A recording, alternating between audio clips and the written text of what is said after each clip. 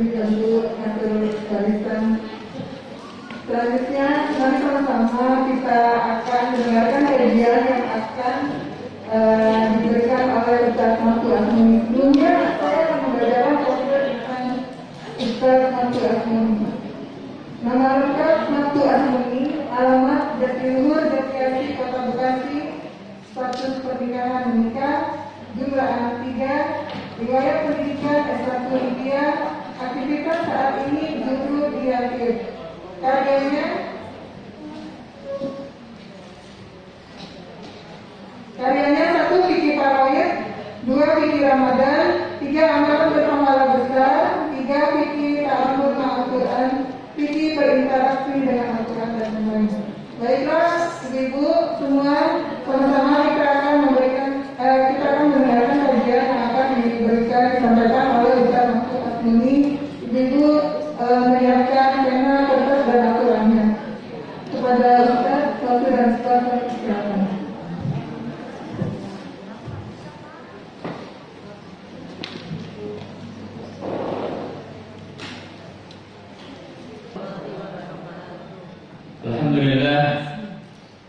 Alhamdulillahilladzi 'allamana al-Qur'an khalaqal insana 'allamahul bayan. Asyhadu an la ilaha illallah wahdahu la syarika lah wa asyhadu anna Muhammadan 'abduhu wa rasuluhu la nabiyya ba'dah. Allahumma shalli wa sallim wa barik ala hadzal nabiyil karim Sayyidina wa Maulana Muhammadin sallallahu alaihi wasallam wa ala alihi wa ashabihi wa tabi'ina wa man tabi'ahum bi ihsanin ila yaumiddin, amma ba'd. Ayyatuhal akhawat al-muslimat hafizakumullah. Alhamdulillah, pada pagi hari ini kita digabungkan oleh Allah Subhanahu wa taala minalladzina qala Rasulullah mastama'a qaumun fi baitin min buyutillahi yatluna kitabahu wa yatadarasunahu illa nazalat 'alaihimus sakinah wa hafathumul malaikah wa dzakarahumullahu fi man 'indah. Kita bersyukur bahwa pada pagi hari ini kita dihimpun oleh Allah Subhanahu wa taala dalam sabda Nabi, tidaklah satu kaum yang berkumpul di salah satu rumah dari rumah-rumah Allah alamin, termasuk baitun min buyutillah, insyaallah. Yatluna kitab Allah, membaca kitab Allah yang sudah kita laksanakan beberapa waktu yang lalu. Maka apa yang Allah akan berikan kepada kita, nazalat alaihimus sakinah, kita akan meraih ketenangan. Wa hafathumul malaikah, Allah akan kirimkan para malaikatnya untuk mengelilingi, mengerumuni kita semuanya. Dan Allah akan wa ghasyiyahumur rahmah, Allah akan turunkan kepada kita rahmat Allah. Dan wadzakarahumullahu fi man 'inda, dan kita dibanggakan oleh Allah Subhanahu wa taala, disebut-sebut oleh Allah Subhanahu wa taala di hadapan para malaikat. Si fulan yaqra'ul Qur'an, si fulan yaqra'ul Qur'an. Dan mudah-mudahan ini menjadi pertanda bahwa Allah Subhanahu wa taala memilih kita menjadi ahlullahi wa khassatuh, memilih kita menjadi keluarga Allah dan menjadi orang khusus kepercayaan Allah Subhanahu wa taala. Amin ya rabbal alamin. Hari ini hari perdana ya. Perdana untuk kajian bulanan atau pekanan? Bulanan. Alhamdulillah kita dapat kembali berkumpul di tengah-tengah wabah yang mengancam. Dan saat ini mulai lagi naik. Kemarin-kemarin kita tidak mendengar orang sekitar kita ada yang sakit. Saat ini kita kembali mendengar ada orang terdekat kita yang kembali sakit. Dan tentunya alhamdulillah kali ini tidak sedahsyat yang sebelumnya. Maka hari ini kita memberanikan diri untuk berkumpul. Masih berani atau masih takut? Sudah berani atau masih takut? Antara keduanya. Bainadzalika qawama. Takut karena hari ini kita masih pakai masker, berani karena hari ini kita berkumpul. Mudah-mudahan ikhtiar basari kita, upaya dan usaha manusiawi kita yang kita lakukan mengikuti protokol kesehatan tetap menjadi salah satu sarana yang bisa kita gunakan untuk menjaga diri kita dari segala mara bahaya. Amin ya rabbal alamin. Tentu yang kedua adalah sholawat dan salam mudah-mudahan selalu mengalir kepada baginda Rasulullah, murabbi hadhil ummah, guru dan murabbi umat ini, hadi ummah ila sabilil haq, yang menunjukkan umat ini ke jalan yang benar.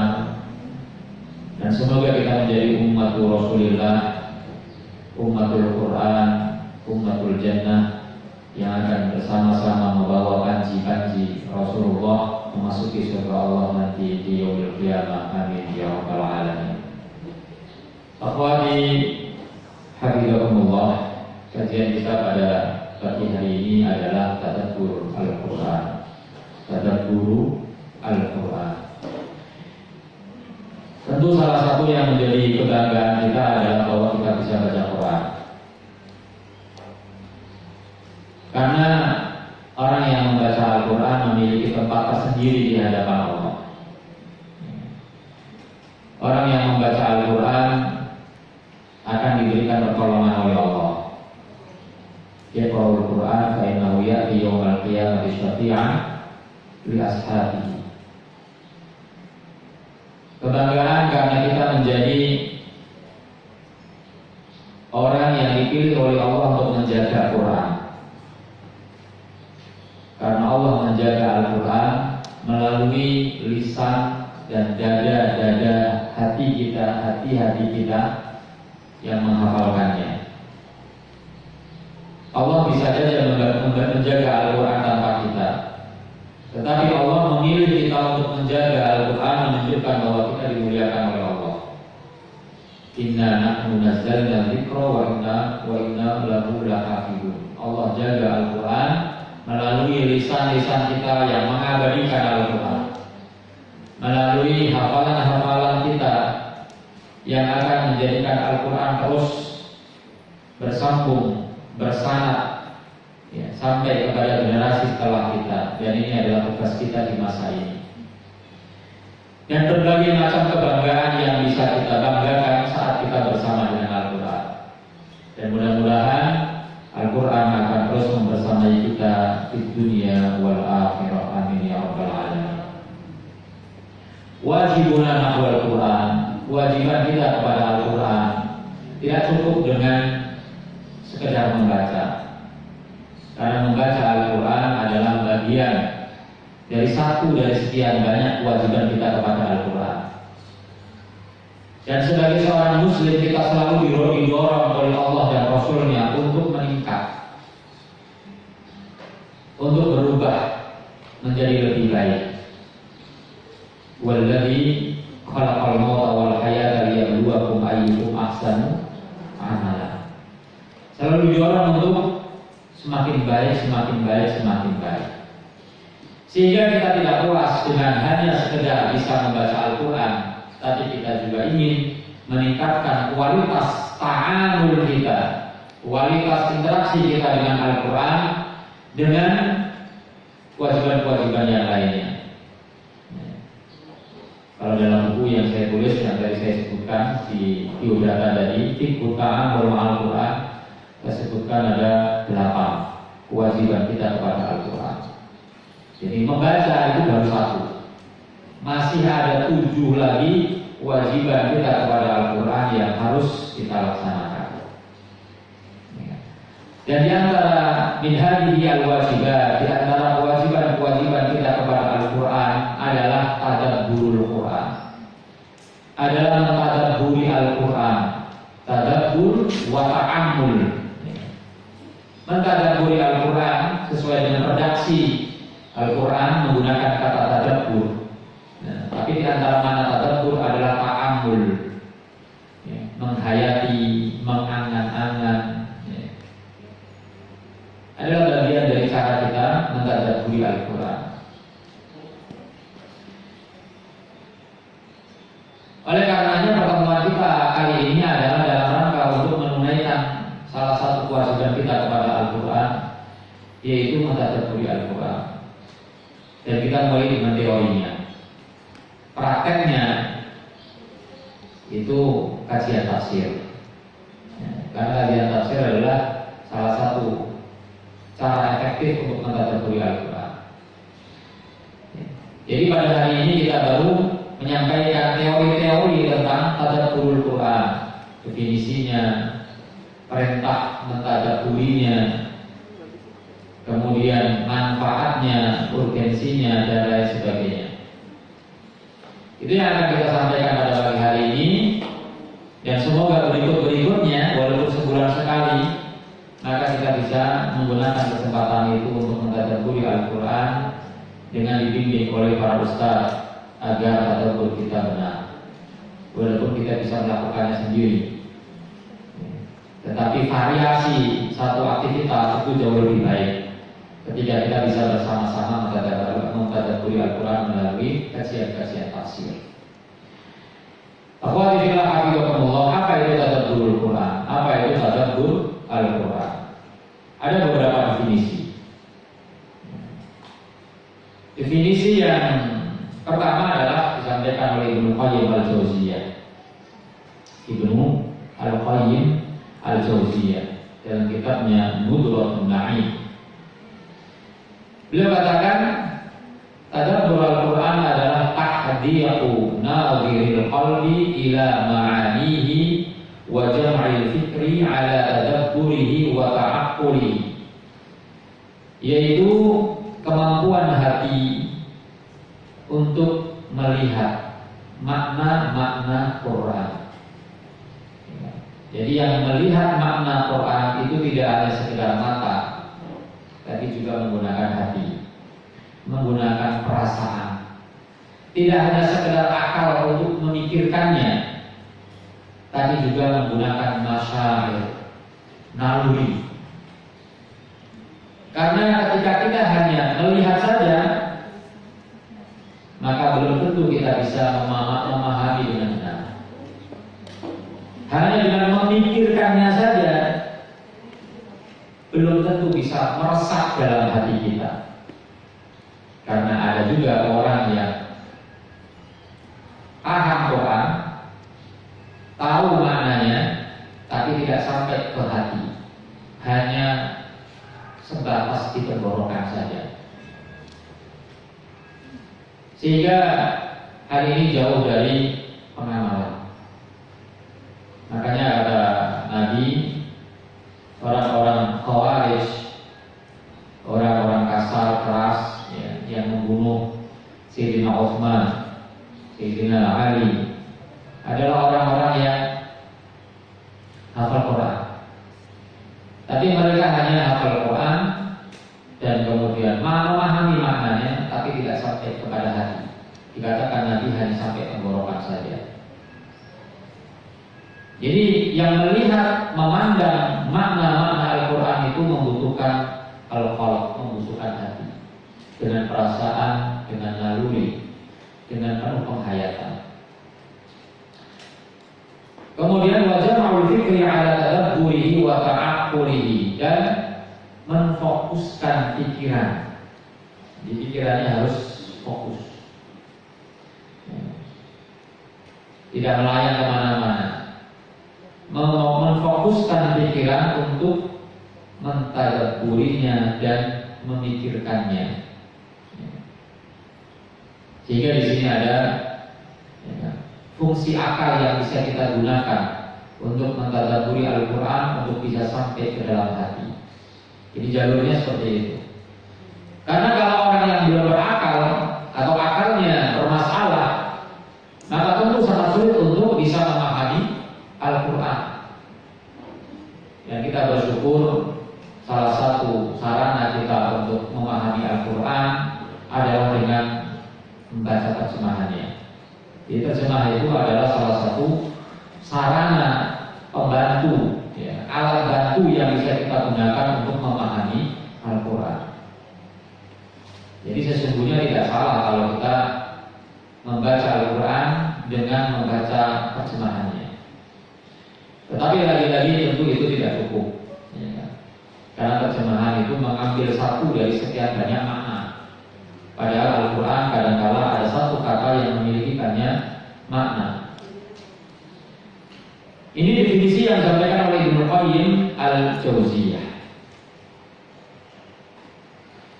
Kemudian definisi yang lain, ya, tidak disebutkan ini siapa yang menyampaikannya. Ya. Dikatakan bahwa tadabbur Quran adalah anta'lam annaka muqatabun bi kalamillah. Kamu harus tahu bahwa kamu sedang diajak bicara oleh Allah Subhanahu wa Ta'ala.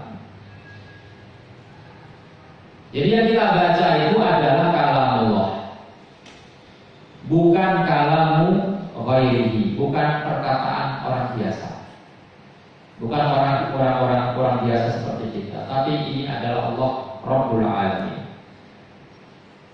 Yang kita baca adalah kalam Allah. Andaikan ada orang yang mengirimkan surat kepada kita dan orang itu kita kasihi, kita hormati, kita muliakan, maka pasti kita akan membacanya berulang-ulang dengan penuh penghayatan. Karena kalau kita baca novel saja penuh penghayatan sampai nangis. Baca novel nangis, baca Quran cengenges-cengenges. Nah, boleh. Karena kalau baca WA, buya-buyu, tawa-tawa sendiri. Suaminya kadang-kadang kesal. Ini istri saya mulai kapan ketawa sendiri. Tetapi ketika membaca Al-Quran disebutkan surga dan kenikmatannya, sama sekali tidak ada respon dari perasaan kita, dari senyuman kita, dari kebahagiaan kita. Nah, ini kan sesuatu yang kebalik, ya. Mestinya kalam Allah jauh lebih memberikan pengaruh kepada kita daripada kalam-kalam yang lainnya. Jadi kita harus tahu bahwa kita sedang berbicara, berkomunikasi dengan Allah Subhanahu wa Ta'ala. Maka ketika Allah mengatakan ya ayyuhalladzina amanu qu anfusakum wa ahlikum nara, maka jangan nuduh orang lain dulu. Wahai orang-orang yang beriman, jaga diri kalian dan keluarga kalian dari api neraka. Jangan nuduh orang lain dulu. Anggap bahwa ini ditujukan kepada kita. Tidak berpikir, oh ini orang lain yang suruh menjaga keluarganya, bukan saya. Itu kita sedang berbicara dengan Allah. Arahkan ayat-ayat itu kepada diri kita. Fatusghilahu bi'uduni qalbika. Lalu kamu perhatikan, ya, kalam Allah itu dengan telinga hati kamu. Telinga hati kamu. Hanya telinga tetap telinga yang ada di badan kita, di kepala kita, tapi pendengaran kita harus langsung kita masukkan ke dalam hati. Jangan diolah terlalu lama di dalam otak. Harus segera sampai ke dalam hati. Karena penghayatan, tadabbur, ta'ammul itu ada di dalam hati. Kemudian wa tata'ammaluhu bi'aini fu'adika. Lalu kamu renungkan kalam Allah itu dengan mata naluri kamu. Jadi menggunakan naluri. Fa'idha wa'aita 'alillahi qawlahu. Kalau kamu sudah menyadari bahwa, ya, perkataan ini adalah perkataan dari Allah, wa fahimta min kalamihi muradahu, dan kamu sudah memahami maksudnya, apa yang harus kita lakukan? Fanhab limtithali awamiri. Segera lakukan perintah-perintahnya. Fanhab limtithali awamirihi. Kalau sudah tahu maksudnya, sudah tahu maknanya, sudah ngerti maksud dan tujuannya, maka segera untuk dikerjakan. Jangan kita berpikir bahwa ayat ini bukan untuk kita, tapi kitalah yang dituju daripada ayat tersebut.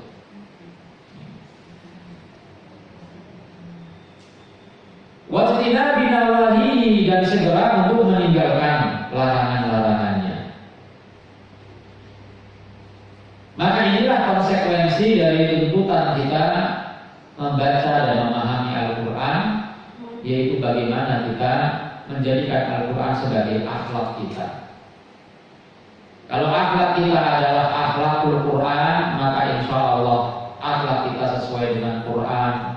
Perintah-perintah Allah kita laksanakan, larangan-larangan Allah kita tinggalkan. Karena Nabi menyikapi Quran itu seperti itu. Karena khuluqul Quran, menjadikan Al-Quran sebagai sumber akhlak baginya. Maka jangan sampai ketika kita membaca surah Al-Hujurat, ternyata kita melanggar norma-norma yang ada dalam surah Al-Hujurat. Jadi surah Al-Hujurat ini penuh dengan nilai-nilai sosial. Misalnya wala yataba'ukum ba'du. Janganlah ada di antara kalian yang ghibah. Maka ketika kita merenungi, memahami ayat ini, segera fanhad limtithali awamirihi wasjinabi nawahihi. Segera laksanakan perintah Allah dan tinggalkan larangan Allah.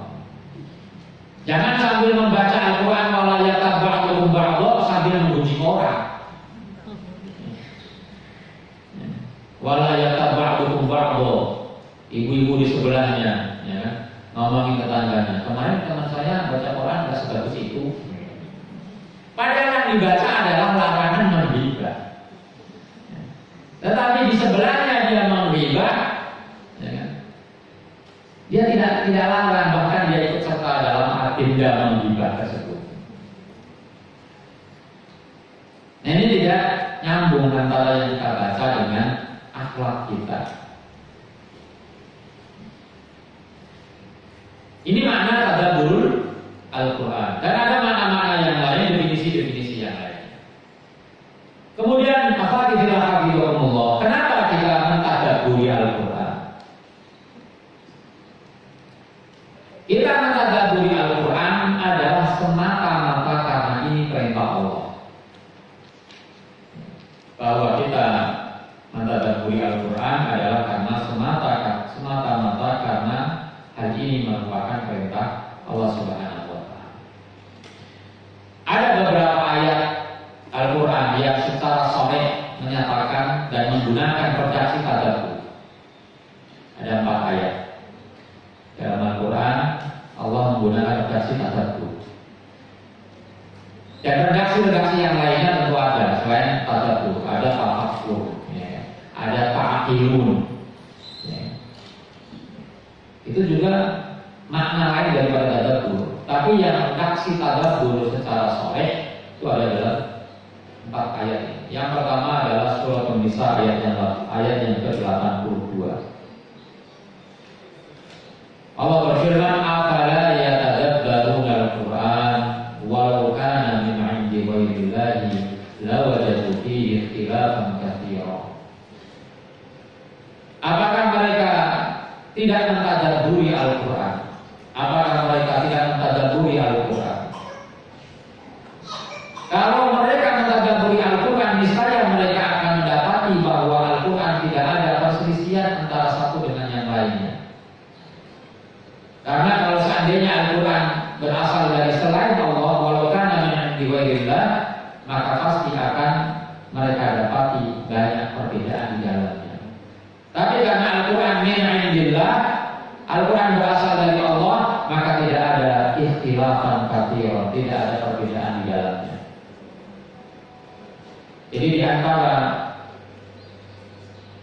fungsi tadabbur kita adalah kita meyakini bahwa Al-Quran itu sahih dari Allah, itu benar Allah, dari Allah, dan tidak ada yang keliru, tidak ada yang salah, tidak ada perbedaan, itu artinya tidak ada yang salah, tidak ada yang khilaf, tidak ada yang menyimpang.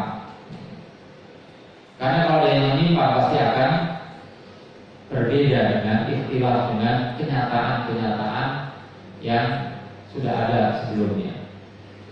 Ini tidak ada perbedaan, tidak ada ikhtilaf di dalamnya antara satu ayat dengan ayat yang lainnya. Semuanya sesuai dengan kebenaran-kebenaran. Kalau kita mentadabburi Al-Quran, maka ini di antara tujuan daripada tadabbur Al-Quran, kita mendapati kebenaran-kebenaran yang ada dalam Al-Quran. Ayat yang kedua adalah surah Muhammad ayat 24. Afala yatadabbaruna al-Qur'an am 'ala qulubin aqfaluha. Apakah mereka tidak mentadabburi Al-Quran atau justru hati-hati mereka yang terkunci? Jadi manfaat mentadabburi Al-Quran diantaranya adalah membuka kunci hati kita.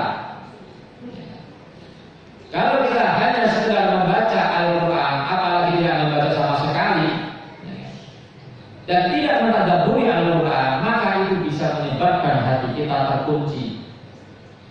Maksud dari hati terkunci itu adalah hati yang sulit ditembus oleh petunjuk atau hidayah.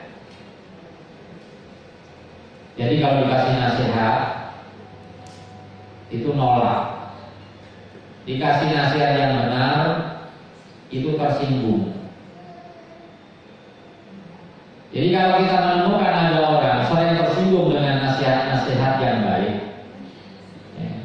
maka itu menjadi pertanda bahwa hatinya tengah terkunci.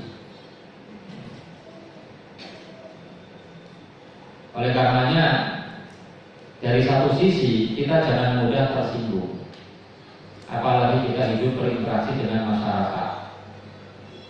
Saat ini kehidupan kita bermasyarakat lebih banyak diwakili oleh grup-grup WA. Praktis kok. Assalamualaikum. Itu nggak ditulis, nggak diucapin. Kalau kita salam kan diucapin assalamualaikum, itu energi berapa kuat. Tapi kalau pakai WA cukup satu titik klik langsung assalamualaikum. Mau dibalas juga waalaikumsalam pakai satu klik. Nah, bahasa tulisan ini seringkali nggak nyambung dengan bahasa kenyataan, dengan bahasa lisan. Makanya pentingnya emotion itu diantaranya untuk salah satu menafsirkan perkataan kita. Jadi seringkali orang tersinggung gara-gara salah dalam menafsirkan perkataan orang. Karenanya hidup bermasyarakat kita harus berlapang dada, harus memiliki kesabaran yang berlipat ganda. Karena seorang mukmin, kata Nabi, adalah alladzi yukhalitun nasa wa yasbir ala adabu. Orang mukmin itu adalah orang yang bersosialisasi dengan manusia dan bersabar menghadapi perilaku orang.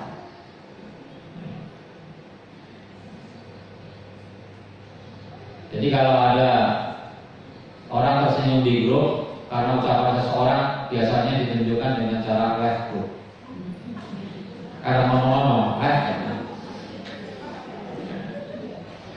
ini dasarnya di mana-mana ada, di sini saya kira juga pernah menemukan.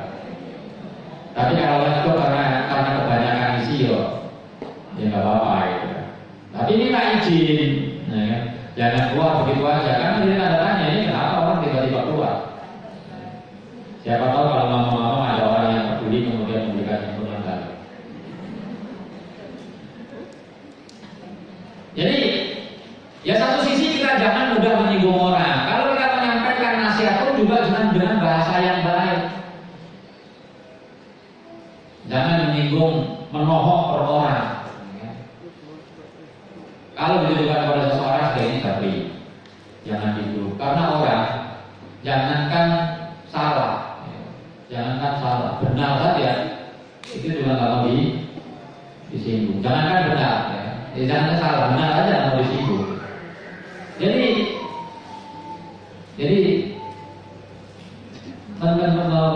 menasihati orang itu perlu metode. Gitu. Nah ini khawatir kemudian kalau ada orang-orang yang sulit sekali diberikan nasihat, maka ini menjadi salah satu tanda bahwa hatinya sulit ditembus oleh petunjuk. Ayat yang ketiga adalah surah Al-Mu'minun ayat 68. Al-Mu'minun 68. Afala yadabbarul qawla am ja'ahum ma lam ya'ti aba'ahumul awwalin. Al-Mu'minun 68. Apakah mereka tidak mentadabburi al-qaul, yaitu firman Allah? Atau justru karena mereka tidak mentadabburi al-qaul bisa menyebabkan ja'ahum, akan datang kepada mereka malam ya'ti aba'ahumul awwalin, akan datang kepada mereka bencana, musibah yang tidak pernah menimpa orang-orang tua kalian sebelum kalian terdahulu.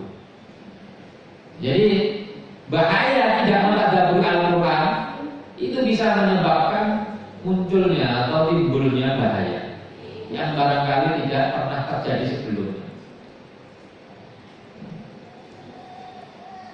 Karena orang yang tidak memahami Al-Quran dengan baik akan memaknai Al-Quran dengan serampangan. Dan fitnah umat ini diantaranya adalah mereka memahami Al-Quran tidak menggunakan riwayat yang benar.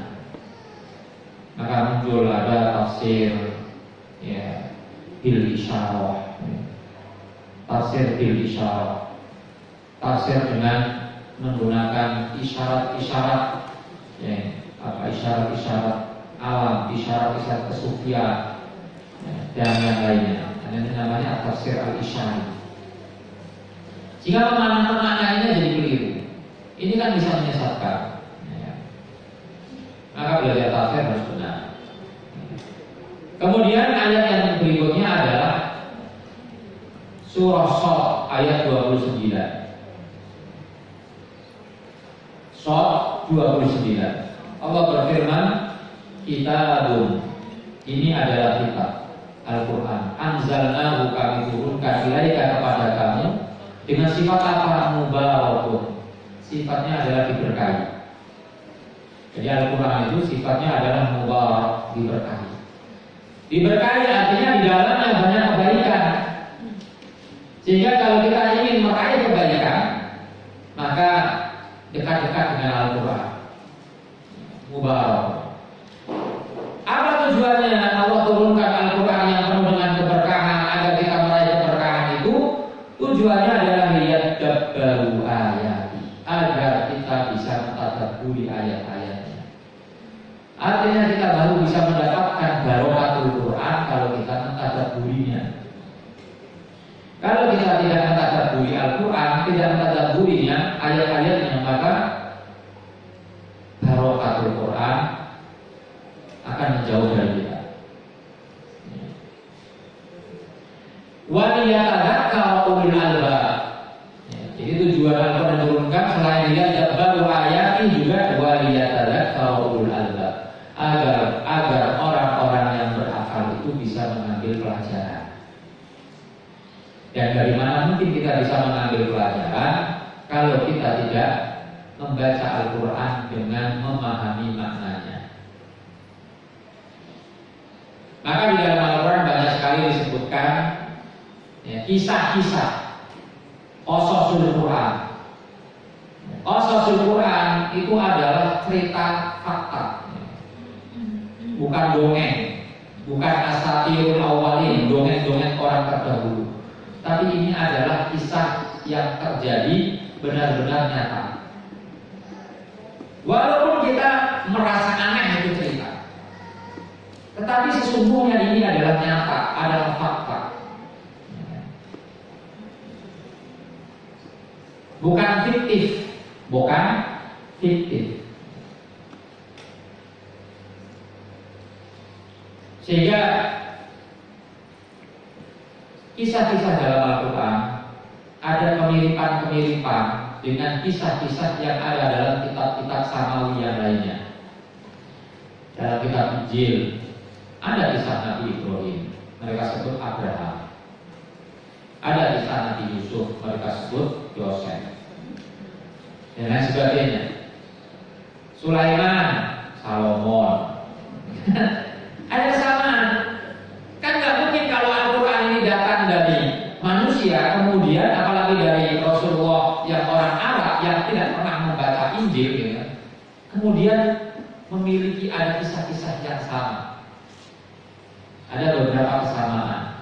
Tentu ada kurang di sini, kurang di sana, itu bisa terjadi. Makanya Al-Quran diturunkan untuk musaddiqal lima baina yadayya minat Taurat. Jadi untuk baina yadayya itu untuk menyempurnakan kitab-kitab yang sebelumnya. Ini waliyat ada kaulul albab, agar kita sebagai orang yang dianugerahi oleh Allah akal yang sehat bisa mengambil pelajaran, bisa mengambil hukum-hukum yang ada di dalamnya, bisa mengambil akhlak-akhlak yang ada di dalamnya. Dan itu tujuannya Al-Quran diturunkan. Apa dibilang Habibullah? Kemudian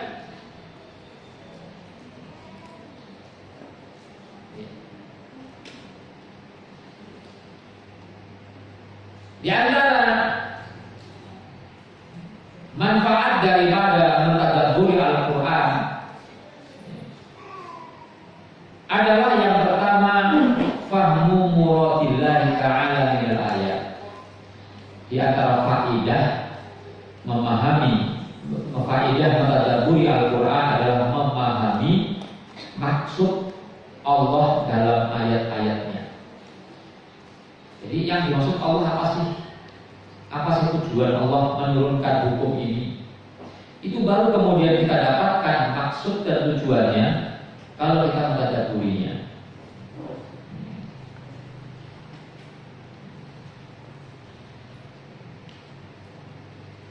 Allah berfirman dalam suratul An'am ayat 65, "Unzur kaifa nusarriful ayati la'allahum yafqahun." Lihatlah bagaimana kami jelaskan, kata Allah, bagaimana kami jelaskan ayat-ayat Al-Quran supaya apa? La'allahum yafqahun, agar mereka paham. Jadi mentadabburi Al-Quran adalah cara yang bisa kita gunakan untuk memahami ayat-ayat Allah Subhanahu wa taala. La'allahum yafqahun, agar kita menjadi faqih. Maka Ibnu Katsir ketika menafsirkan ayat ini, beliau katakan musarriful ayat artinya adalah mubayyinuha wa muwaddihuha wa muqihuha. Kami jelaskan, kami terangkan, dan kami kokohkan makna-maknanya adalah hati kalian. La'allahum yafqahun maknanya adalah agar mereka paham, maksudnya adalah yafhamun wa yatadabbarun 'anillahi ayatihi wa hujjatihi wa barahini. Agar mereka memahami, agar mereka mentadabburi ayat-ayat Allah, agar mereka memahami hujjah-hujjah Allah. Hujjah itu argumentasi. Maka orang yang tidak paham Al-Quran, dia tidak bisa mengambil manfaat dari hujjah-hujjah dan bukti-bukti kebenaran Allah Subhanahu wa taala. Kalau kita baca kisah Nabi Ismail misalnya, hanya sekedar baca saja tanpa melalui perenungan, maka kita tidak akan bisa mengambil banyak pelajaran di dalamnya. Kalau kita baca secara perlahan, kita amati, kita hayati, maka kita bisa mendapati bagaimana Nabi Ibrahim memberikan pelajaran kepada kita ketika kita mendidik anak kita.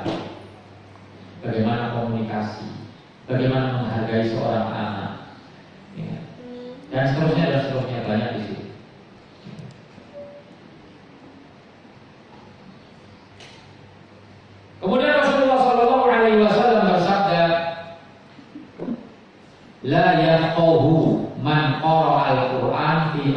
illa min talatin. Tidak akan paham Quran orang yang baca Quran khatam kurang dari 3 hari. Jadi yang baca Quran sehari 10 juz berarti kan 3 hari khatam. Itu batas maksimal kita membaca Al-Quran kalau kita ingin yafqahul Quran, betul-betul paham Quran. Tapi kalau kurang dari itu, sulit dari kita untuk memahami Al-Quran. Tetapi ayat ini tidak hanya sekedar dimaknai secara waktu, tapi maknanya adalah bahwa Rasulullah menginginkan kita agar membaca Al-Quran jangan cepat-cepat, jangan terlalu terburu-buru, jangan hanya mengejar kuantitas lupa kepada kualitas. Itu tujuannya. Jadi bukan masalah 2 hari, 3 hari, 10 hari. Kita baca Quran khatam setahun sekali juga benar paham, ya kan? Jadi bukan masalah itu, ya kan? Jadi ini adalah tanda bahwa Rasulullah menginginkan kita, penting kiranya kita menjadikan salah satu ya agenda interaksi kita dengan Al-Quran ya dalam hal memahami Al-Quran. Kita arahkan salah satu ya, waktu kita dalam berinteraksi dengan Al-Quran dengan memahami Quran. Maka sebenarnya ketika kita sedang tidak boleh baca Quran, itu kita punya kesempatan untuk memahami Al-Quran melalui terjemahan. Walaupun juga jangan puas dengan terjemahan, tapi juga ditingkatkan. Ya, baca tafsirnya, kan sekarang juga ada tafsir yang sudah ada terjemahannya. Jadi baca tafsirnya, satu ayat saja diambil, kemudian baca terjemahannya, baru baca tafsirnya. Apalagi di situ ada sababun nuzulnya, sehingga kita bisa membayangkan saat Quran ini turun, seakan-akan kita berada di sana.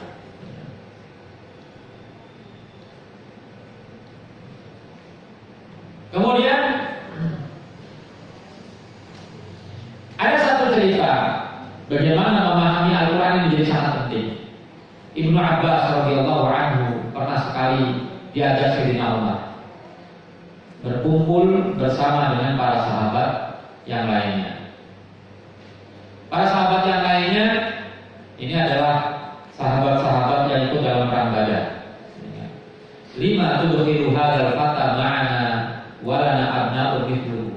Kenapa engkau hanya memasukkan anak ini saja? Kenapa anak-anak kami yang lainnya kau tidak diajak masuk? Maka Umar kemudian mengatakan, innahu mimman qad alimtu.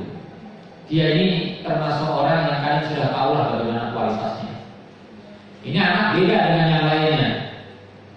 Kalau urusan tafsir, nggak ada yang bisa ngalahin Ibnu Abbas, karena dia mendapatkan berkah pula dari Rasulullah. Satu-satunya sahabat yang didoakan supaya memahami tafsir dengan baik itu Ibnu Abbas. Allahumma faqihhu fid-din wa 'allimhu at-ta'wil. Nabi mengatakan berdoa, ya Allah berikanlah ia kefakihan dalam agama dan ajarkanlah tafsir kepadanya. Maka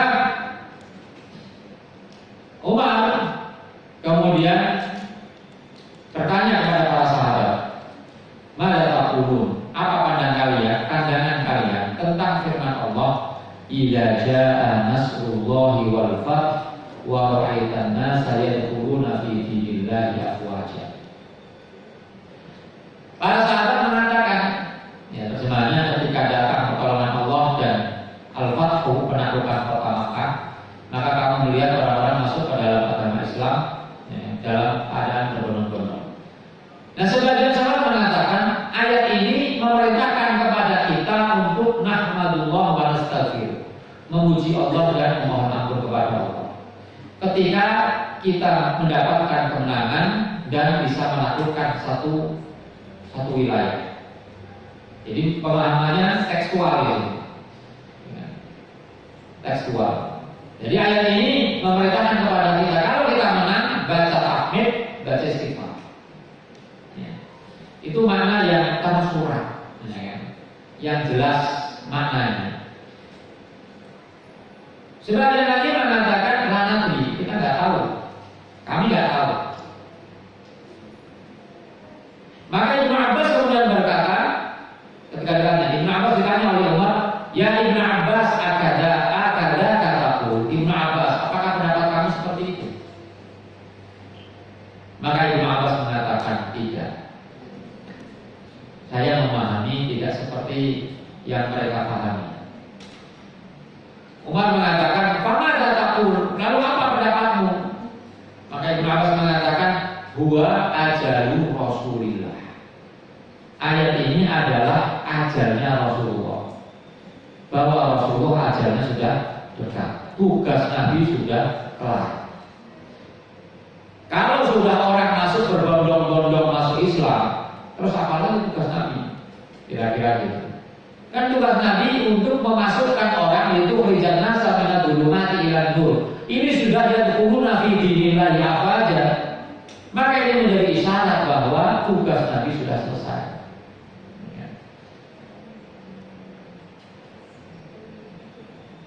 Maka Umar mengatakan ma'a'lamu minha illa ma taqwa. Kami atau saya tidak mengetahui hal itu kecuali yang kamu ketahui. Ya, artinya kami kemudian mengikuti pandangan yang kamu berikan. Kemudian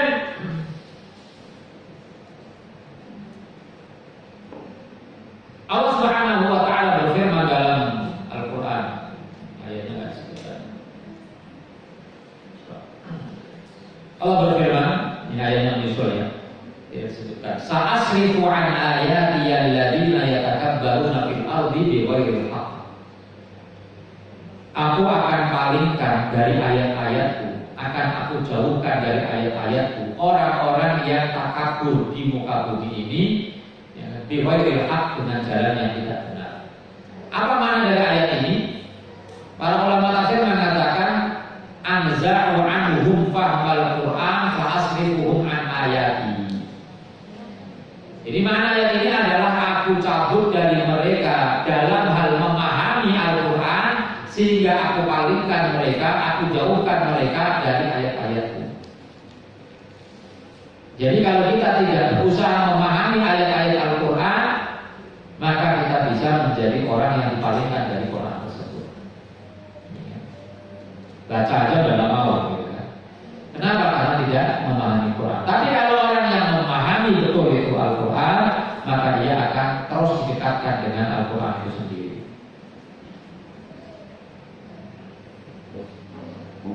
Nah, orang yang paling dijauhkan dari Quran, padahal dia benar tapi tidak paham, adalah orang-orang munafik. Orang-orang munafik itu dengar Quran, sholatnya di belakang Nabi, tapi dia tidak paham, sehingga mereka dipalingkan, dijauhkan dari Al-Quran. Allah Subhanahu wa taala berfirman, "Wa minhum may yastami'u ilaika hatta idza kharaju min 'indika qalu lil ladzina utul 'ilma madza qala anifa." Di antara mereka ada orang, ini munafik, yang mendengarkan Al-Quran kepadamu. Namun ketika mereka keluar dari majlis kamu, wahai Muhammad, maka mereka mengatakan kepada orang-orang yang berilmu, yaitu para sahabat yang benar imannya. Jadi orang-orang munafik ngajinya bareng, dengerin bareng, tapi mereka nggak paham, sehingga mereka dipalingkan dari ayat-ayat Allah. Ketika keluar baru dia tanya kepada para sahabat yang paham, "Madza qala anifa?" Tadi Muhammad ngomong apa? Nah, jadi Muhammad ngomong apa? Ini jangan sampai nanti pulang-pulang ada yang begitu ya kan? Sejam setengah nanya, tadi saya ngomong apa ya? Ada itu gampang, kalau muter lagi itu nggak ada. Ya, muter lagi.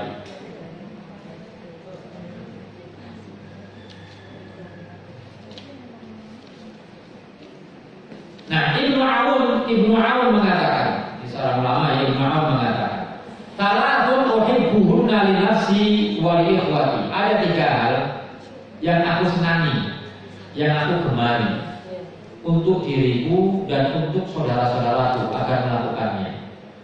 3 hal, kata Ibnu Mas'ud.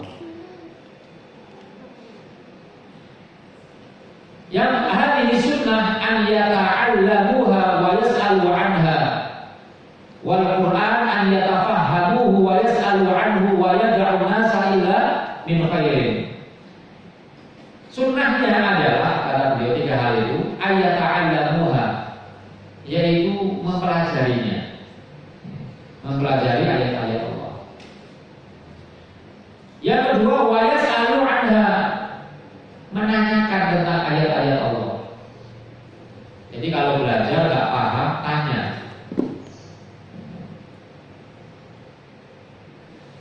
Yang ketiga, wa yad'u nasa ila min khairin. Ini sunnah yang ketiga. Dan mereka meninggalkan manusia kecuali kebaikan. Artinya apa? Maksudnya yang ketiga ini adalah dia meninggalkan orang-orang dengan meninggalkan kebaikan kepada mereka. Jadi kumpulan ini misalnya kita bubar, maka yang kita tinggalkan adalah kebaikan. Ini adalah 3 hal yang paling dia sukai untuk dirinya dan saudara-saudara.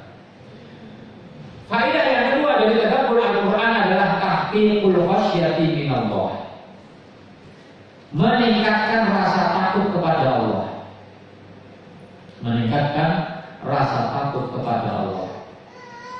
Karena semakin kita tadabbur, semakin kita paham, semakin kita berilmu, maka semakin kita takut kepada Allah Subhanahu wa Ta'ala. Karena ini konsekuensi orang alim. Kalau orang alim tidak takut kepada Allah, dipertanyakan kealimannya. Karena Allah mengatakan secara lugas, innama yakhshallaha min ibadihi ulama. Sesungguhnya yang paling takut kepada Allah dari hamba-hambanya adalah al-ulama, orang-orang alim, orang-orang yang paham, orang-orang yang ngerti.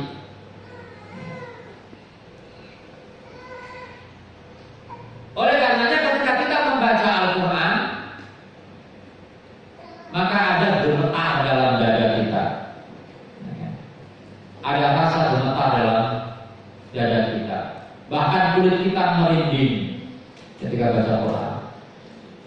Karena kalamullah ini begitu agung, sangat-sangat agung. Allah berfirman, Allahu nazzala ahsanal hadithi kitaban.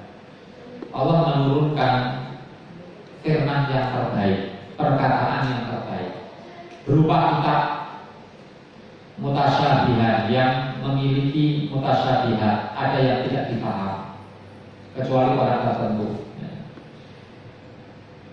Maka niatat syairu minhu, yang diulang-ulang itu ya firman Allah itu, sehingga menyebabkan tasyairu minhu juludul ladina yakhshawna rabbahum, sehingga menyebabkan kulit orang-orang yang takut kepada Allah merasa merinding.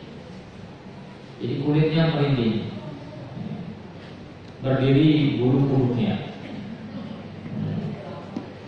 Tasyairu juludul ladina yakhshawna rabbahum. Karena ayat-ayat yang berbicara tentang azab itu begitu dahsyat. Kalau kita merenunginya pasti kita akan merinding, sangat merinding. Kita baca misalnya, alaihim muqsadah fi amatin mumaddadah, itu aja harusnya merinding. Orang yang masuk di dalam neraka, kita bayangkan, ya, masuk ke dalam lembah yang begitu dalam. Kemudian ada tiang-tiang yang sangat besar-besar, yang tak mungkin bisa dirobohkan, juga tak mungkin dipanjat. Wa idza aradul khuruja, jika mereka ingin keluar, u'idu fiha, berusaha untuk keluar, manjat-manjat, ya, mau keluar, balikin lagi ke dalam. Muqsadah, i'anatin mumaddadah.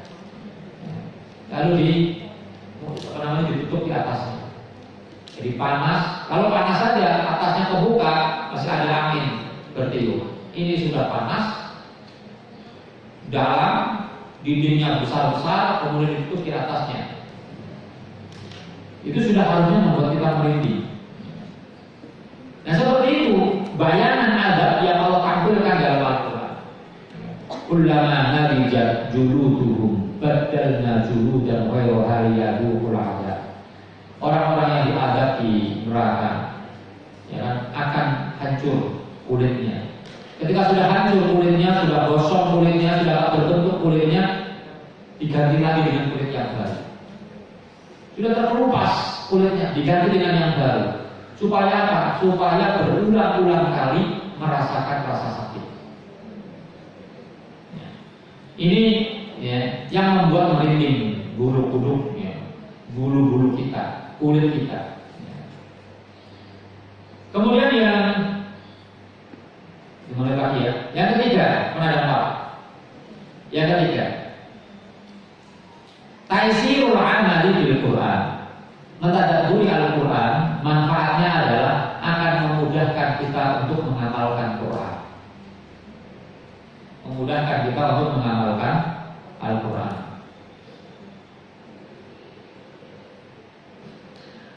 Sayyidina Umar mengatakan, la yaghurrannakum man qara'a al-Quran. Janganlah kamu terpesona dengan orang yang membaca Quran. Janganlah kamu terpesona dengan orang yang membaca Al-Quran. Innama huwa kalamun yutakallamu bihi. Karena Al-Quran itu adalah firman, perkataan yutakallamu bihi, yang bisa dibaca, yang bisa diucapkan. Tapi yang dilihat siapa? Walakin guru ila man ya'malu bihi. Lihatlah orang yang mengamalkan Quran, orang yang mengamalkan Al-Quran. Ya tentu yang paling baik adalah dia rajin baca Quran, dia mengamalkannya. Tapi kalau ada orang rajin baca Quran tapi tidak mengamalkan, dengan orang yang tidak rajin baca Quran tapi mengamalkan, tinggi mana levelnya? Tinggi mengamalkan Al-Quran walaupun tidak rajin baca Quran. Misalnya ada ahli Quran tapi mencuri, korupsi. Ada yang pesantren Quran yang menghamili santrinya 13 di Bandung kan, atau menghamili atau warna nikah mut'ah. Hafal Quran tentu sangat tercela. Bawa Quran, hafal Quran, tapi tidak sesuai amalannya dengan Quran. Ada orang yang soleh, amalnya bagus, akhlaknya bagus, tapi Qurannya jarang-jarang, baca Qurannya jarang-jarang, jarang kita dengar. Maka tentu yang mengamalkan Al-Quran itu lebih tinggi levelnya dibandingkan orang yang tak. Ya tentu level yang pertama adalah baca Quran, amalnya bagus. Sehingga ketika kita mentadabburi Al-Quran, memahami Al-Quran, maka mudah bagi kita untuk mengamalkannya, ngerti hukum, mengerti bagaimana langkah-langkah kita dalam menjalankan ayat-ayat Al-Quran. Yang seakan-akan menurut kita benar, ternyata menurut Al-Quran keliru. Kemarin ada orang datang ke rumah saya konsultasi, dengan bangganya dia mengatakan begini, alhamdulillah Ustaz, harta saya sudah saya hibahkan semuanya pada anak-anak saya. Habis pokoknya, nanti kalau saya mati nggak ada warisan. Enak kan? Bebas, nggak ada yang ramai, nggak ada macam-macam gitu. Saya bilang seakan-akan itu benar berartinya, tapi saya bilang begini, ibu nggak baca surat An-Nisa ayat 9. Kata Allah dalam surat An-Nisa ayat 9 dikatakan, ya, wal yakhshal ladzina law taraku min khalfihim dzurriyyatan dhi'afan khafu 'alaihim falyattaqullaha wal yaqulu qawlan sadida. Hendaknya kamu merasa khawatir meninggalkan anak keturunan kamu dalam keadaan lemah, tidak ada warisan, ya, dalam keadaan tidak memiliki apa-apa, sehingga mereka yang takaffafunan nas, mereka minta-minta orang untuk menghidupi dirinya. Jadi warisan tetap aja, biarin aja ada. Yang penting laksanakan sesuai aturan. Karena kalau udah kita habiskan semuanya, kita nggak ada warisan, maka kita hidup pakai apa? Atau kita berikan kepada semua orang, termasuk pada anak-anak kita bagi semuanya. Ternyata di dunia mati kita belakangan. Ya kan? Ayo.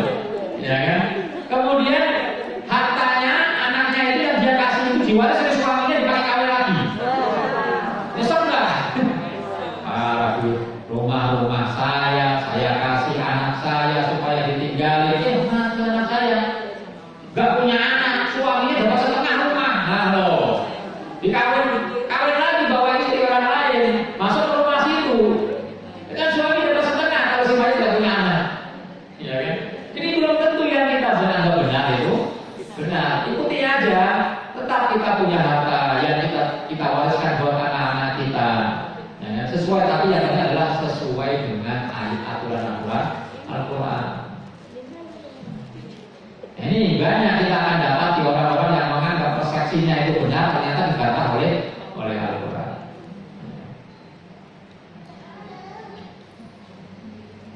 Al-Imam Hasan Al-Basri,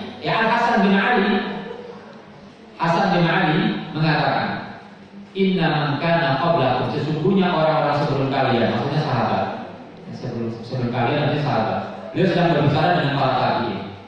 Ra'ul Qur'ana rasaila min rabbihim. Memandang Quran itu adalah surat cinta dari Tuhannya. Para sahabat itu memandang bahwa Al-Quran itu adalah surat cinta dari Tuhan mereka buatnya. Fakanu yatadabbaruna bil lail. Mereka kalau malam hari itu mentadabburi Quran. Malam-malam mentadabburi Quran.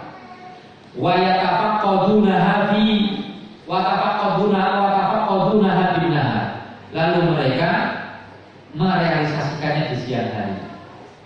Jadi malam hari mereka mentadabburi Al-Quran, siang hari mereka melaksanakan nilai-nilai yang ada dalam Al-Quran tersebut.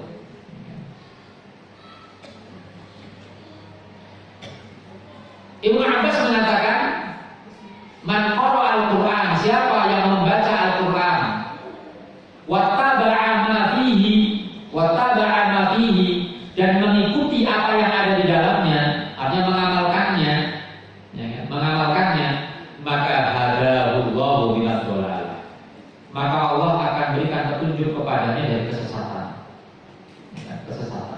Wa waqahu yaumal qiyamati su'al hisab, dan Allah akan lindungi dia dari azab yang buruk di hari kiamat. Yang terakhir, ini waktunya apa habis ini?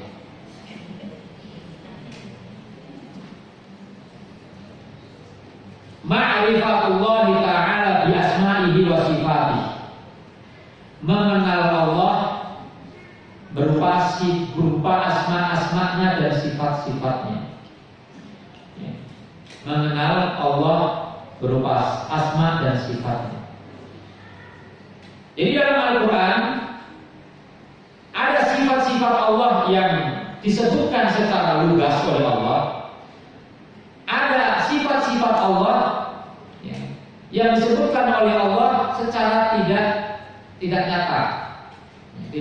Misalnya begini, ketika Allah menceritakan tentang Nabi Musa yang dihadirkan di sungai Nil, kemudian Allah selamatkan dengan ditemukan oleh keluarga Fir'aun. Ini Allah tidak nyatakan secara nyata bagaimana sifat Allah, tapi dari situ mengajarkan kepada kita bahwa salah satu sifat Allah Subhanahu wa Ta'ala adalah menolong hambanya, menolong kekasihnya, kan gitu. Allah tidak nyatakan. Jadi dengan membaca hukum-hukum yang ada dalam Al-Quran, membaca kisah-kisah dalam Al-Quran, maka kita bisa mendapati di situ ada sifat-sifat Allah Subhanahu wa Ta'ala yang patut untuk kita ambil pelajaran dan kita imani. Ibnu Qayyim Al-Jauziyah mengatakan, wa bil jumlati, secara global, kata Ibnu Qayyim, secara global, tu'arrifuhu rabba al-mad'uwa ilaihi. Al-Quran itu akan memperkenalkan dirinya, memperkenalkan kita sebagai pembacanya, memperkenalkan apa? Ar-Rabba, Rabb Allah Subhanahu wa Ta'ala, al-mad'uwa ilaihi, yang ia berdoa kepadanya, dan memperkenalkan kita wa tariqal wusul ilaihi, dan memperkenalkan kepada kita jalan menuju Allah. Wa ma lahu min al-karamati idza qadima alaihi, dan menunjukkan kita terhadap kemuliaan-kemuliaan milik ketika kita ingin mendapatkannya, ketika kita ingin mengharapkannya. Kata Ibnu Qayyim al-Jauziyah. Itu secara global itu begitu ketika kita membaca Al-Quran. Wa tu'arrifuhu, dan Al-Quran itu akan memperkenalkan dirinya, maka kita maksudnya sudah membacanya fi muqabil dzalika, lawan kata dari yang tadi. Apa itu? Ma yad'u ilaihi syaitan. Kita akan bisa mengenali, ya kan? Mengenali apa ajakan-ajakan setan. Setan itu ngajak apa? Ya kan? Wa tariq al-musilah ilaihi, dan akan mengenalkan kepada kita bagaimana jalan menuju jalan setan. Wa ma lil mustajibi li da'watihi min al-ihanati wal 'adab, dan memberitahukan kepada kita apa balasan bagi orang yang mengikuti setan tersebut berupa adab. Itu inti daripada Al-Quran ketika kita membacanya. Nah ini hadirin rahimakumullah, ya, manfaat daripada tadabbur Al-Quran. Nah mudah-mudahan kajian kita pada pagi hari ini tidak berhenti di sini. Kita lanjutkan dengan kajian tafsir, di mana membaca tafsir adalah bagian dari cara kita mentadabburi Al-Quran. Wallahu a'lam bishawab. Berqul hada astagfirullah wa lakum. Kami persilakan barangkali ada yang mau ditanyakan atau ditambahkan boleh juga.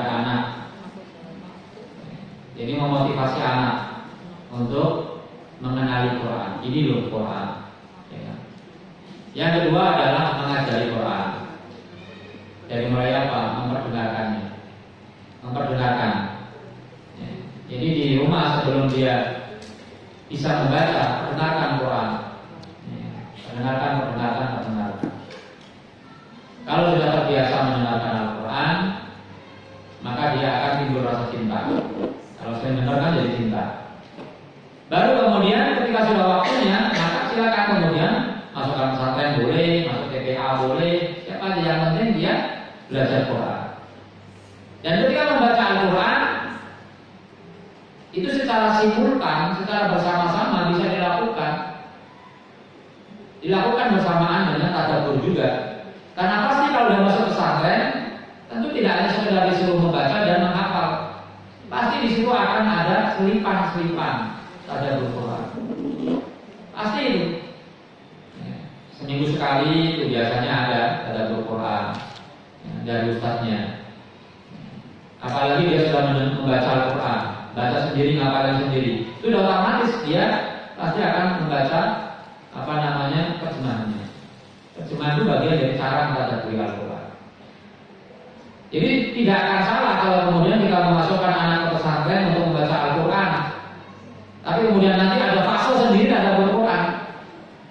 Padahal itu bisa dilakukan secara bersamaan, secara otomatis, walaupun tidak kita berikan waktu secara khusus, maka sebenarnya dia sudah melakukan hal itu. Sekaligus kepada langkah berikutnya yaitu mengamalkannya. Karena ketika masuk pesantren tidak mungkin kemudian dia dibiarkan perilakunya menyimpang dari Al-Quran. Di pesantren kalau udah SMP SMA sekaligus belajar ada tafsir. Tafsir itu juga tadabbur Al-Quran. Jadi walaupun bacanya belum lancar, baru masuk, itu sudah ada pelajaran tafsir.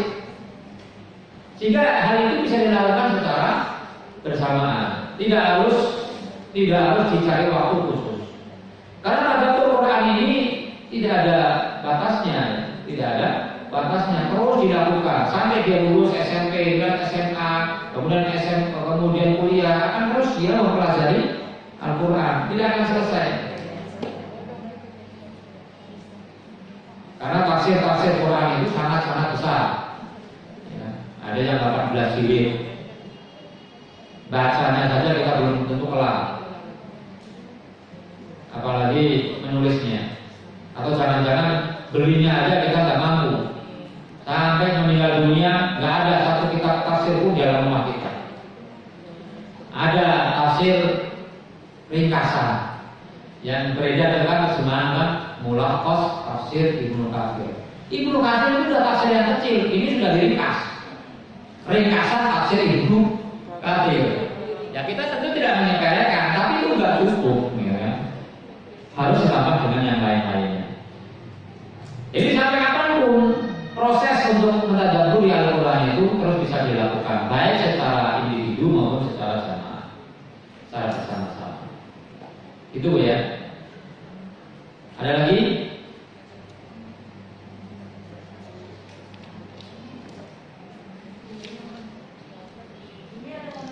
Silakan Bu.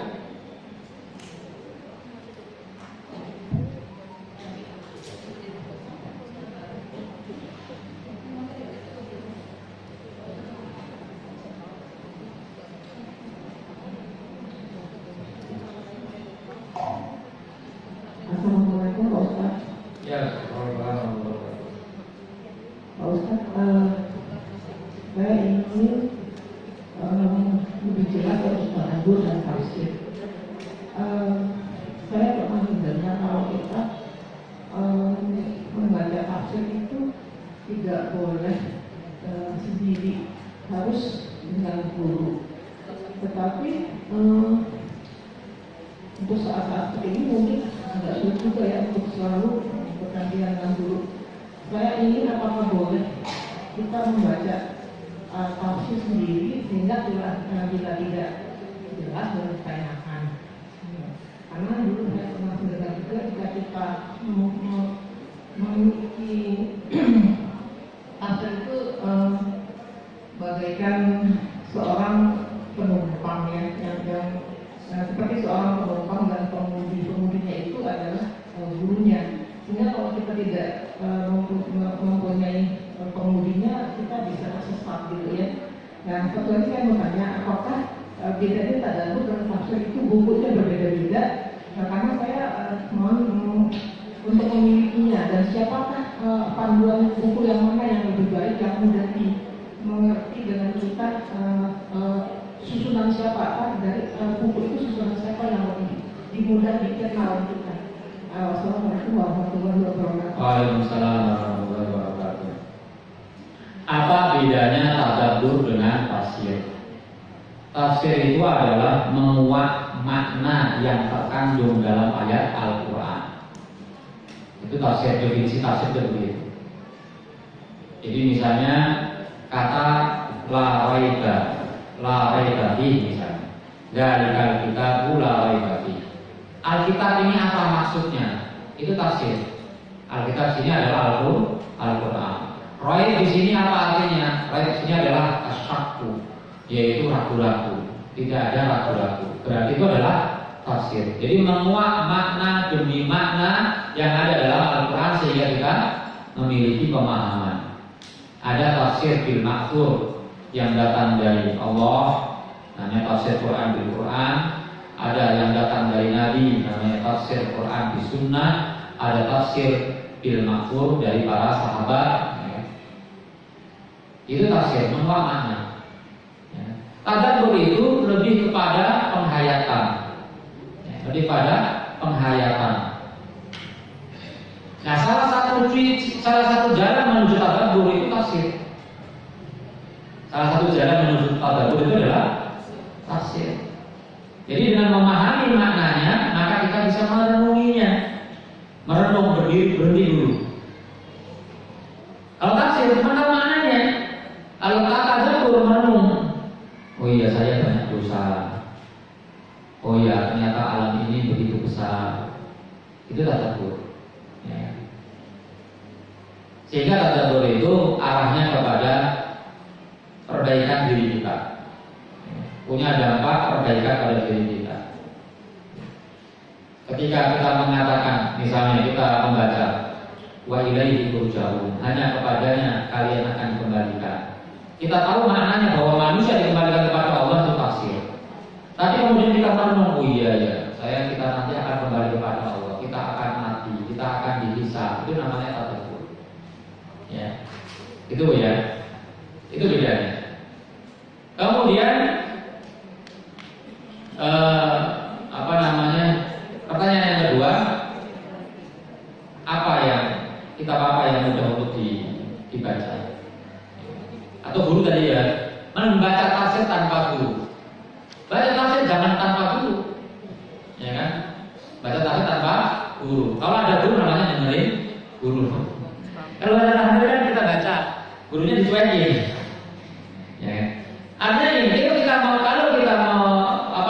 kalau kita ingin memahami Quran dengan tafsir, maka harus ada petunjuknya, harus ada yang mengarahkan, yaitu guru. Tapi tidak setiap saat guru harus ada.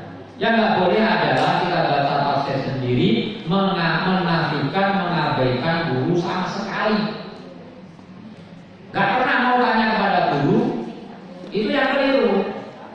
Tapi kalau kita berguru juga, baca juga, kalau ada yang nggak paham, tanyain kepada guru, maka itu sudah benar.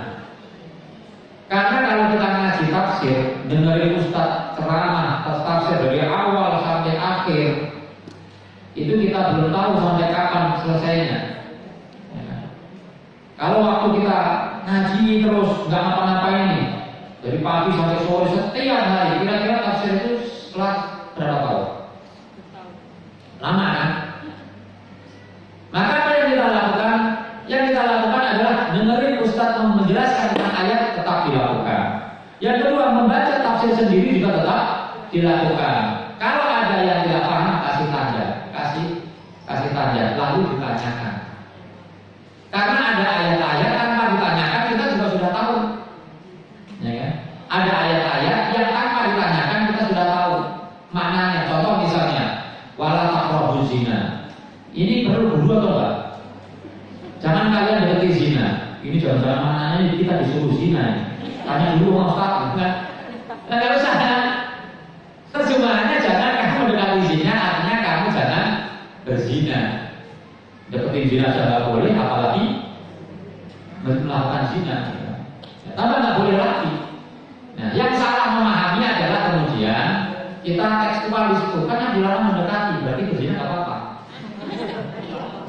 Ini yang salah jalan. Tapi memahami seperti ini kan mudah, ya kan? Ada nggak perlu guru juga sudah ngerti.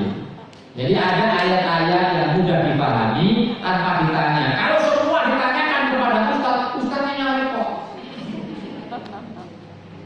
Malah kita melanggar lagi, seakan-akan itu benar, ya kan? Malah banyak tanya ustaz, seakan-akan benar. Padahal dia melanggar ayat. La tas'alu'an asya'a itu balatu tasukum. Jangan banyak tanya sama ustaz. Nanti akan merugikan kamu. Yang tanya yang penting-penting saja, ya. Lil istifham yang bisa memberikan pemahaman kepada kita. Nah itu ya. Jadi banyak bertanya itu juga salah. Bahkan kata Nabi, innama ahlakal ladzina min qablikum innama ahlakal ladzina min qablikum, yang menghancurkan umat-umat terdahulu adalah kasratu masailihim li anbiya'ihim. Banyaknya mereka tanya pada nabi mereka.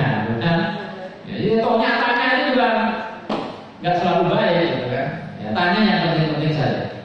Kemudian kita apa? Nah, kita tafsir tentu banyak. Kita tafsir itu tentu banyak. Jadi baca semua kitab tafsir itu, insya Allah itu cara kita tadabbur.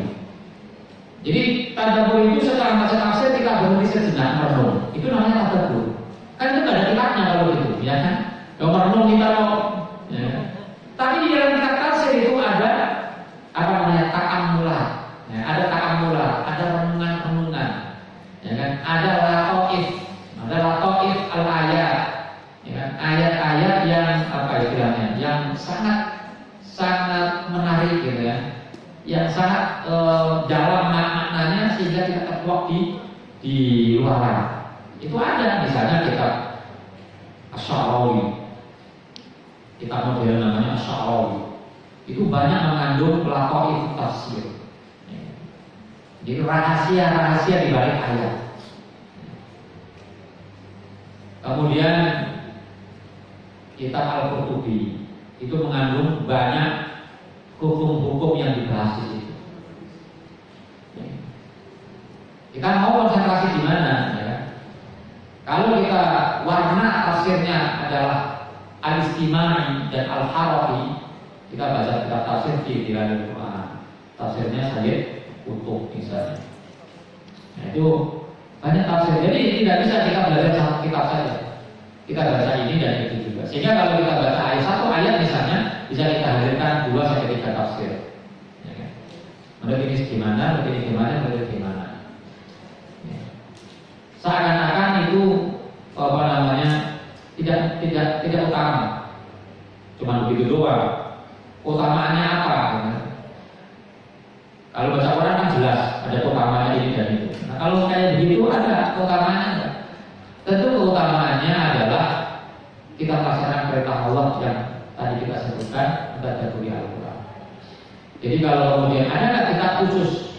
Tidak ada kitab khusus yang bisa kita baca kecuali kita bisa mengambil semua tafsir yang ada atau banyak tafsir yang ada kalau semuanya. Ya, karena kita cinta pada tafsir yang ini belum tentu, ya kan? Belum tentu ini yang terbaik. Bisa jadi ada yang lebih baik. Ya, tergantung mujur kita kemana. Maka saya sarankan misalnya yang agak yang ringan misalnya tafsir Sofatut Tafasir. Kemudian itu kecil kitabnya, cuman kalau Arabnya cuma 2 jilid. Itu jadi 3 jilid kalau 2 jilid.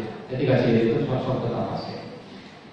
Tapi kalau Sya'rawi Arabnya aja udah berapa tuh 20 jilid atau berapa. Itu benar-benar terjemahannya lah. Yang ada terjemahannya adalah kitab tafsir besar atau terjemahannya misalnya kitab tafsir Qurtubi. Mungkin harganya sekitar 4 juta. Ya. Atau kitab tafsir yang ada terjemahannya adalah tafsir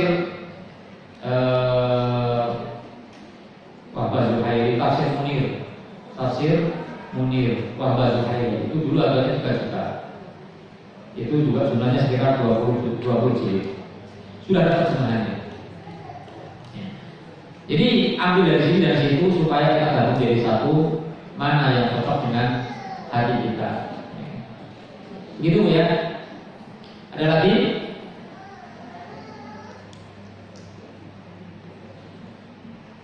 Gak ada ya? Baik, kalau begitu kita akhiri pertemuan kita. Acaranya langsung doa ya. Langsung nih, doanya sama baca doa. Ayo juga. Baik, alhamdulillah, mari kita akhiri jumpa kita dengan sama-sama berdoa. Mudah-mudahan kajian kita pada pagi hari ini memberikan pemahaman kepada kita dan semangat kita untuk terus meningkatkan kualitas interaksi kita dengan Al-Quran Al-Karim ala hadhihi niyyah wa bi kulli niyyatin shalihatin al-Fatihah. A'udzubillahi minasyaitonir rajim. Bismillahirrahmanirrahim. Alhamdulillahirrahmanirrahim. Maliki yaumiddin. Iyyaka na'budu wa iyyaka nasta'in. Ihdinas mustaqim. Siratal ladzina an'amta 'alaihim ghairil maghdubi 'alaihim waladdallin.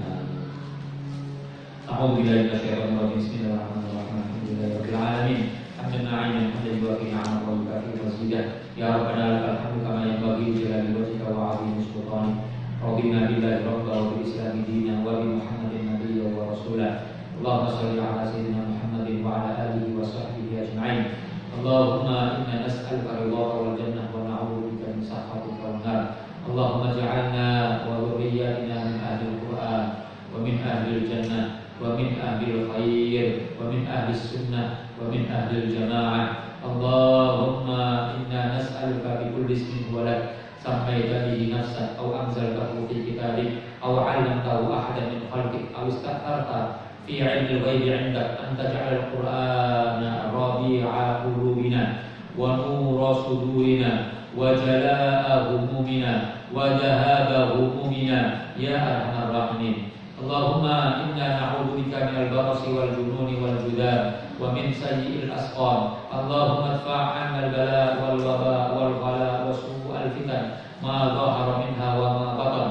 Allahumma inna na'udzubika minal hammi wal hazan wa na'udzubika minal 'ajzi wal kasal wa na'udzubika minal jubni wal bukhl wa na'udzubika min ghalabati ad-daini wa qahri rijal. Allahumma inna nas'aluka 'ilman nafi'a wa 'amalan mutaqabbala wa rizqan halalan thayyiban wa waladan shalihan. Rabbana zidna 'ilma warzuqna fahma.